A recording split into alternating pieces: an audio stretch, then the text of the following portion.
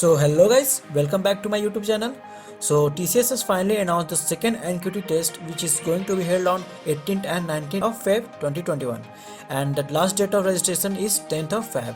If you have already given NQT in October 20, then you can check your NQT score from here. Okay, now let's come to the assessment part. You will get multi-level assessment to give NQT this time, in which NQT assessment is mandatory for all, and additionally you can give other assessments of industry NQT and subject NQT if you wish. And the mode of the test is going to be in center, and there is no home protocol this time.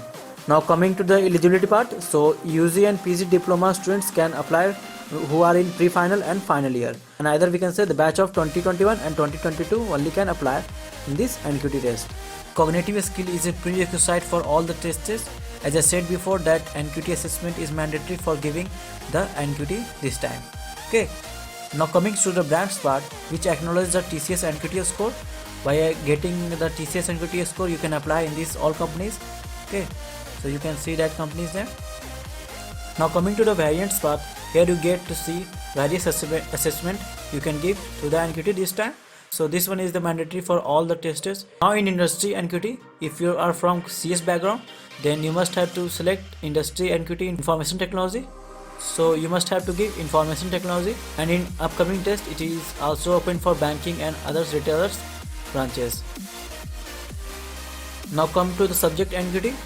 If you have coding skills, then you must have to give IT programming for the subject NQT, and if you have basics computer skills like you are from BCA, then you can also give the basic computer skills.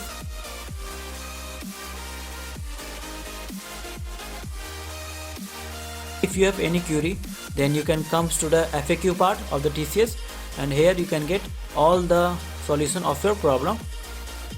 One of the famous query among these are, if you have appeared in October 20's NQT exam, then you are eligible or not.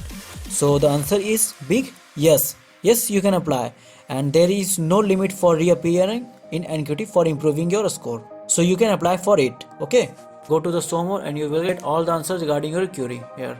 Okay, now coming to the registration part, first you have to log in with your registered email ID, or if you are not a old user, then you have to first create your account here. Now after login, you will get this screen. So here you have to go to edit application.